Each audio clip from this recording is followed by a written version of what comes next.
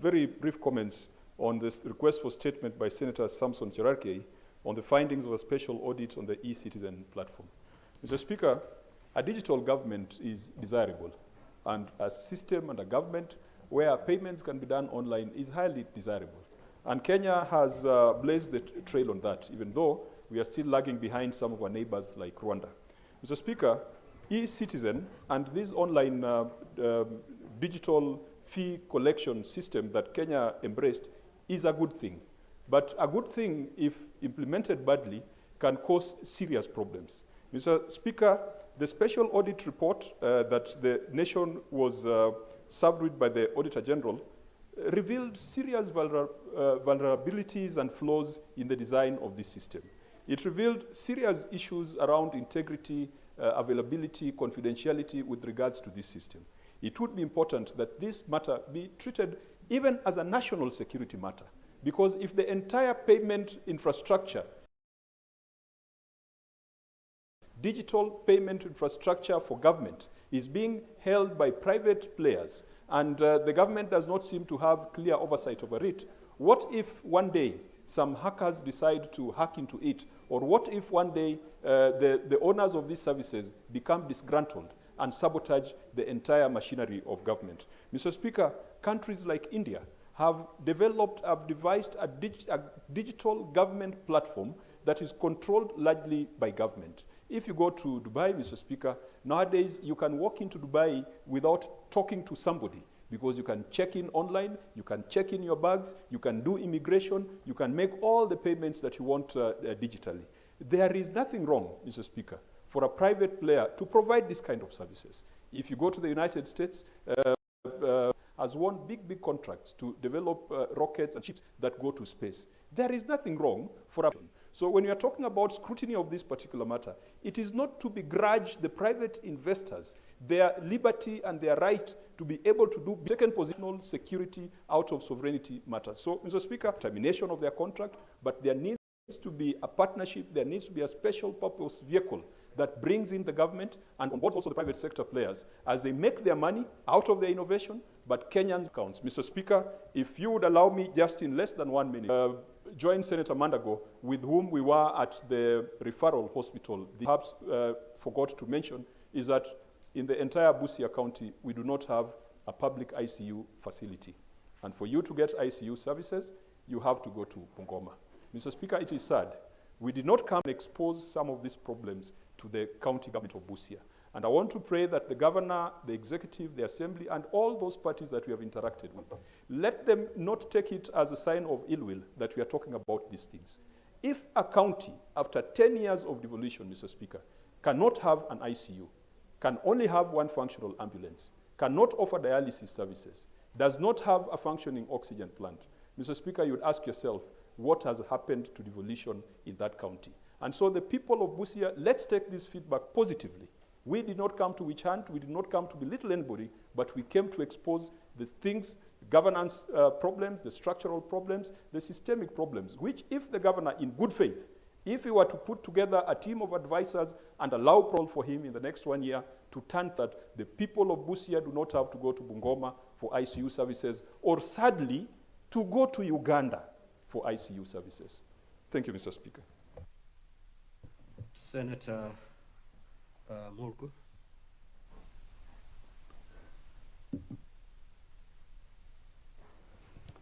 Thank you very much, Mr. Speaker, for allowing me to also make comments on two of the statements. One is the statement about Honorable Elijah Lagat. Elijah Lagat is a former MP for Jesume in Nandi, and we served with him in the 10th Parliament.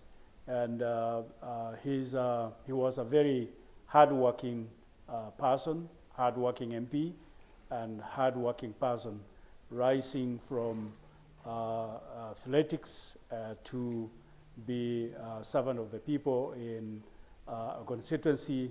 And so he initiated many projects in Mosop, and therefore Mosop has lost very... Report of the Kenya Parliamentary Delegation to the 150th Assembly of the Interparliamentary Union and related meetings in Tashkent, Uzbekistan from Thursday, 8th October 2025. Senator Catherine Muma. Next order. Order number 7, questions and statements. Now, statement pursuant to standing. Speaker, sir, statement on the demise of the late Honorable Elijah Kiptarbei Lagat. The Speaker, sir, I rise pursuant to standing order 52-1 to make a statement on a matter of general topical concern. The Speaker, sir, I rise with deep sorrow, solemn remembrance and profound respect to honor the memory of Elijah Kiptarbei Lagat, whose life was marked by extraordinary achievements, both national icon, a devoted public servant, born on 19 June 1966 in Saniak, Chesumei constituency, Nandi County. His journey was one of the resilience, determination, and excellence. Remarkably, he began his running career at the relatively age of 27 years old, yet went on to become one of Kenya's most celebrated marathoners. His victory at the 104th Boston Marathon, among other distinguished marathons in the year 2000, remains achievement was not only brought by his personal glory, but also added to Kenya's proud legacy as a global powerhouse in the Paraguay Marathon in 1998. Further, cemented his place among the world elite athletes. He also proudly represented Kenya at the Sydney 2000 Olympics Games, underscoring his patriotism and dedication to the nation. Mr. Speaker, sir, after retiring from athletics, Elijah Kiptarbei Lagat transitioned into politics with the same passion and commitment, and I suspect you must have served with him, Mr. Speaker, sir. In 2007, he was elected as a parliament for Mgwen constituency on an Orange Democratic Movement as a vice chairperson of the Labor and Social Welfare Committee, just like Senator Mundiki. In the landmark in 2013 general me, becoming its first ever MP, and I honorably Social Welfare Committee, chairperson of the Sports Subcommittee, and vice chairperson of Catering and Health Services Committee in the National Assembly. His work in Parliament was characterized by unwavering commitment to improving social services, advancing sports,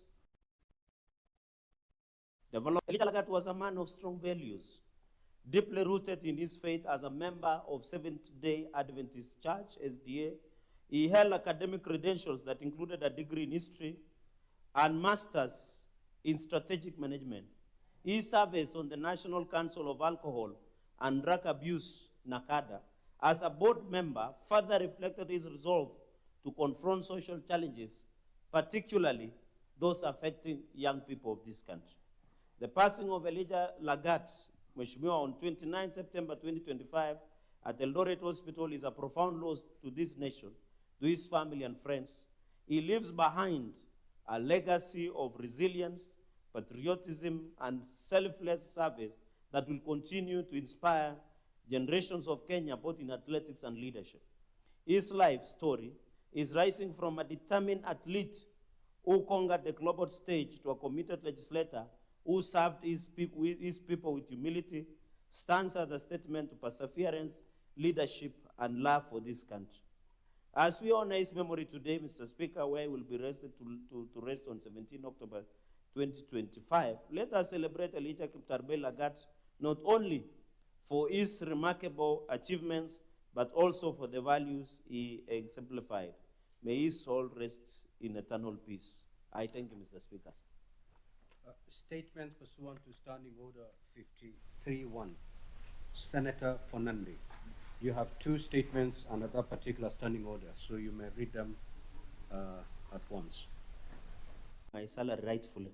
Mr. Speaker, the request for statement on unfair labor practices and systemic discrimination within I&M Bank, Kenya.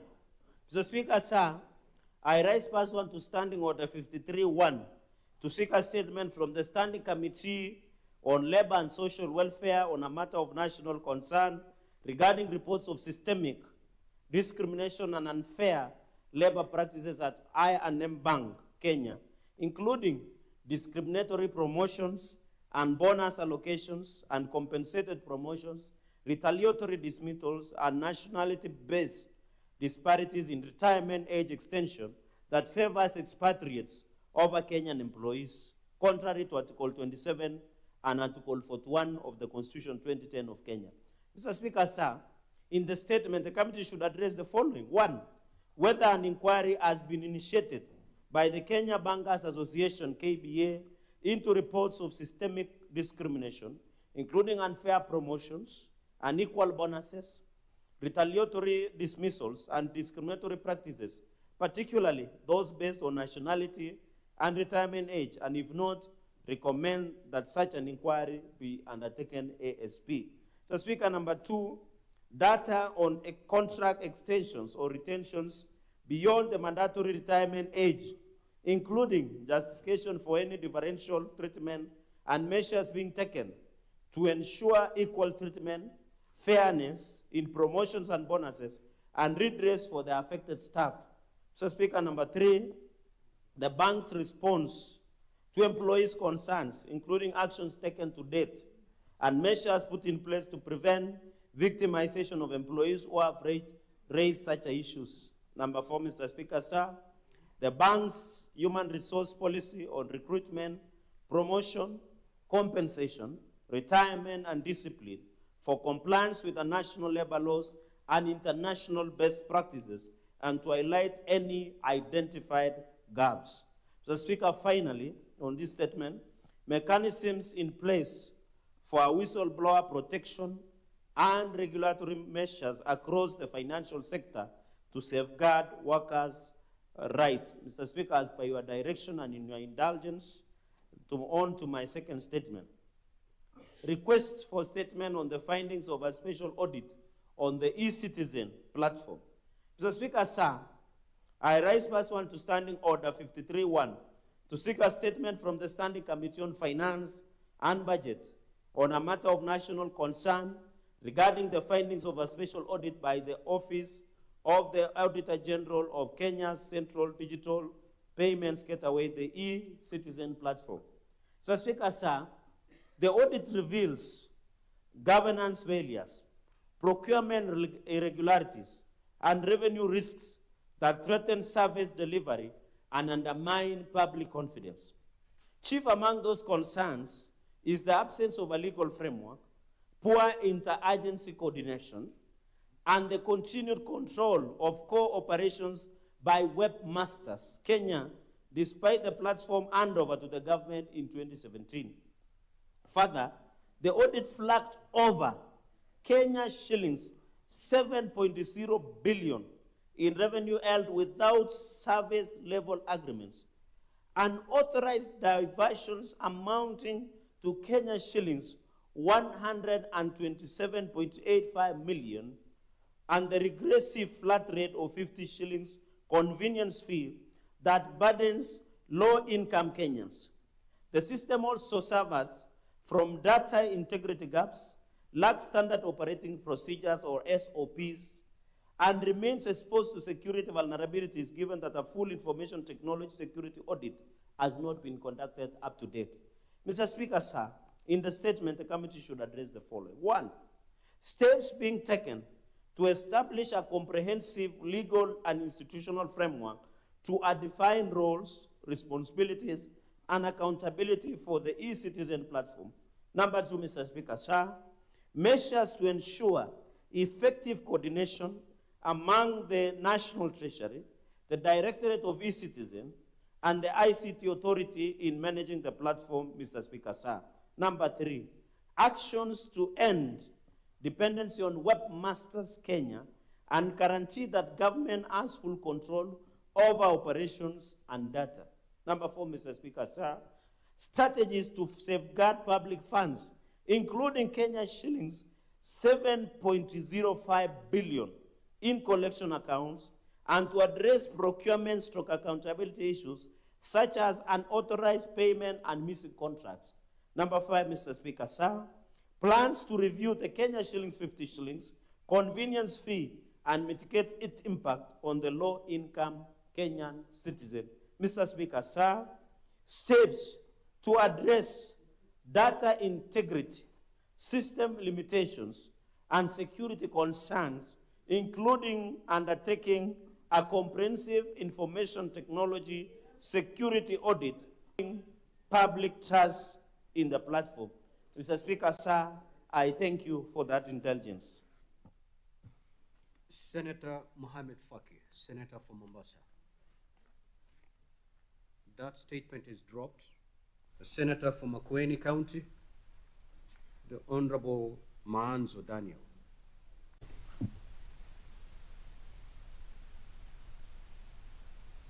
Thank you, Mr. Speaker. On behalf of myself and the Senate, I'd like to extend a welcome to the three distinguished deputy governors from this region, as well as the religious leaders.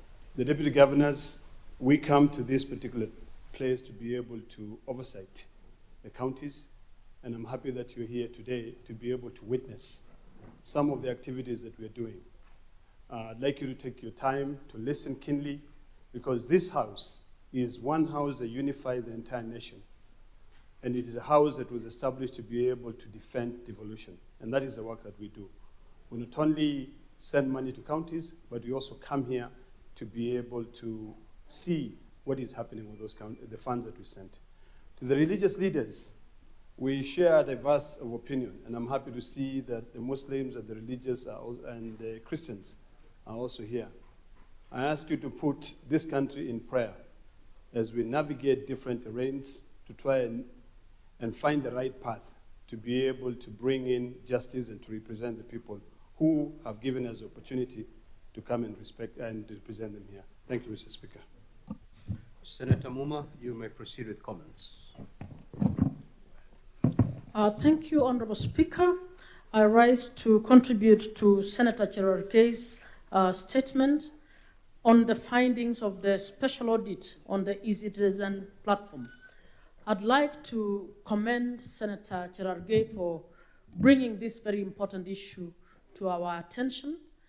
And I would want to urge that the Committee on Finance treat this statement as a matter of urgency and actually addresses the issues raised by Cherargei in a timeous manner, for the reason that the country is actually trying to digitize the systems, but the manner in which some of the things are happening with the current systems is actually not bringing any confidence among the users and the citizens on these systems.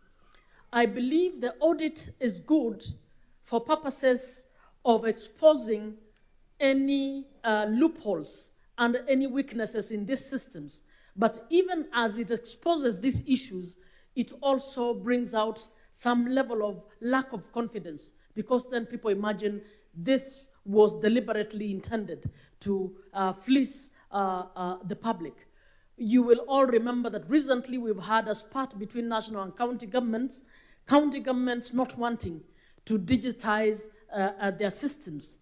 And yet, when we were at the Devolution conference, we all applauded the governor for Muranga for actually digitizing most of the services and the systems, and particularly the financial system.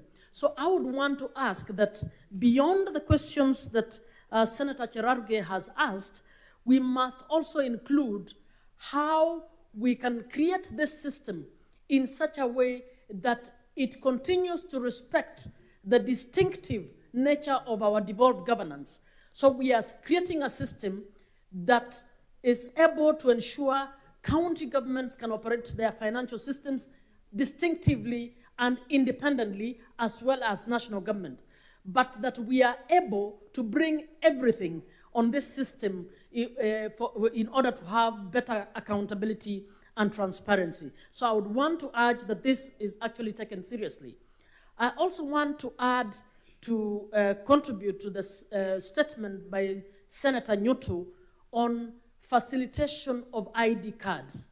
Honorable Speaker, access to IDs in this country has always been treated in a political manner.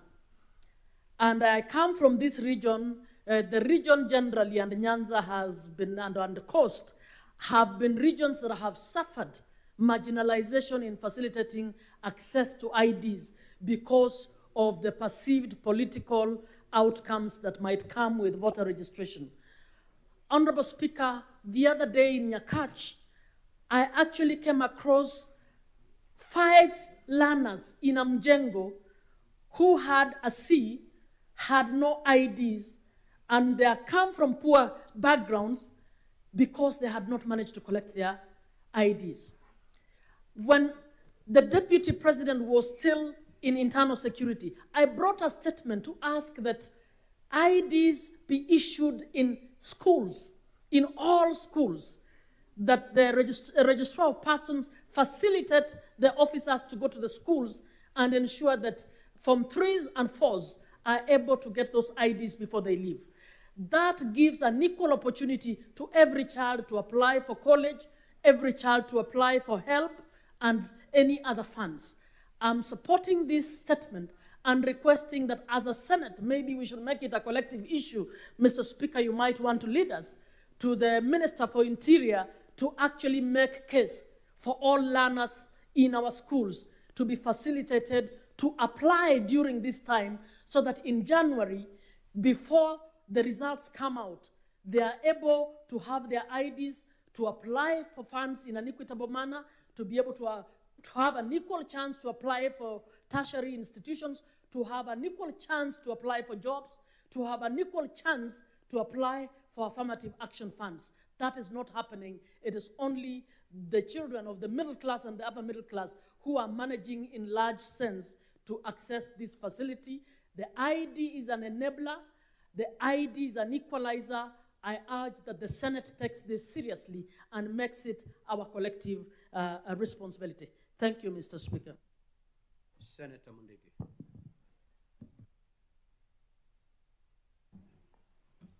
Okay, asante Bwana Spika kwa kunipa nafasi niweze kuchangia mjadala wa Senator Siregei wa I&M Bank.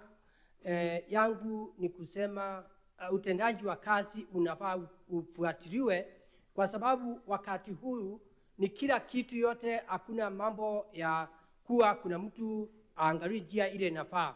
Kwa sababu unakuta watu wengine wasikuwa kama ni kazi nyumbani, na kama kampuni yoyote ama mbangi ama wizara yoyote imekumbali kufanya kazi katika Kenya mpaka kuwe na mambo ya uwazi kwa sababu ya kusaidia economy ya Kenya na economy ya kaunti zetu zote. Na utendaji wa kazi ni mzuri kwa sababu unasikia kama I&M Bank mambo ya kupatiana mamlaka kunaweza kuwa itaharibu hata familia za watu. Hapo ndio utakuta itaharibu hata vijana wetu, itaharibu wasichana wetu, utakuta kuna shinda.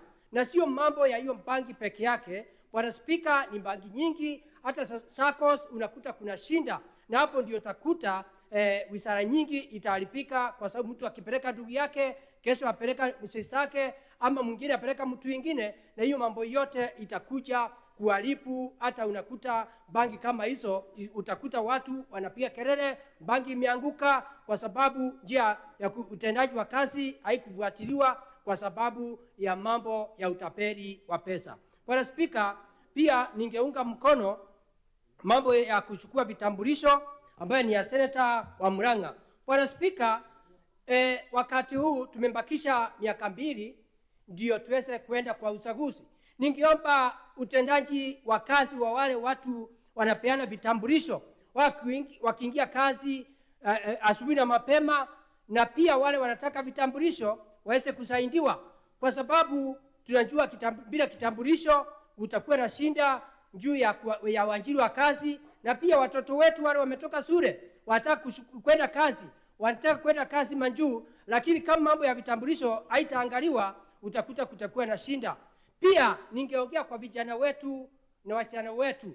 Pia watu wengi katika sub county vitambulisho inachukuliwa. Bwana Spika, unakuta watu wengi wamechukua vitambulisho, lakini mpaka sasa vitambulisho imekuwa pale na wanjaenda kuchukua, sasa hiyo inakuta ni shida ingine. Bwana Spika, pia ningetaka kuchangia, tumekuja hapa Busia, ni vizuri kama vile chairperson wa health ameongea, hata kama mimi nikiwa mwenyekiti wa agriculture vice chairperson, naweza kuhusia kidogo upande wa agriculture. Juzi tulienda hapa katika Butarangi, Lake Victoria, mambo ya uvuvi wa samaki. Na mambo ya ajabu, mimi nikitoka huko Embu County ama Nairobi, nilikuwa ikifikiria utendaji kazi wa mambo ya uvuvi wa samaki. Hapa samaki siko nyingi, lakini Bwana Spika, wakati tulienda pale unakuta kuna shida kubwa sana, kwa sababu tulikutana na watu ambaye ni wa miaka kidogo, lakini unakuta ile shinda iko pale juu ya kilimo ya samaki iko na shinda, kwa sababu kuna ofisi ilijengwa pale na Blue Economy, na mpaka leo haijakuwa handing over kwa county. Pia unakuta kuna shinda, wale watu wanalima samaki wanalamika, wako mbonda ya Uganda, unakuta watu wanaenda uvuvi wa samaki, alafu wakati wa koloni ilisha, wa communist ilisha, lakini watu wetu wakienda pale wanawekwa ndani, wanashikwa mataka na watu wa Uganda. Bwana Spika, naomba serikali ya muungano ya William Ruto aweze kuongea na Museveni, waweze kuangalia vile Busia uhusiano mwingi, ndio watu wetu wasiwe wanachukuliwa mateka, ndio waweze kusaidia juu ya biashara. Pia Bwana Spika, mambo ya county government, hapo mambo county government iko pesa nyingi sana. Bwana Spika, county ya Busia ingenunua machini ya kutengeneza chakula ambaye ya kusaidia samaki, ndio ikae vizuri, ndio wakulima waweze kufaidika, lakini unakuta baada ya county ya Busia kusaidia kilimo ya samaki inaendelea kuvivia. Kwa hivyo Bwana Spika, naomba uhusiano mzuri wa county ya Busia na MCA na executive.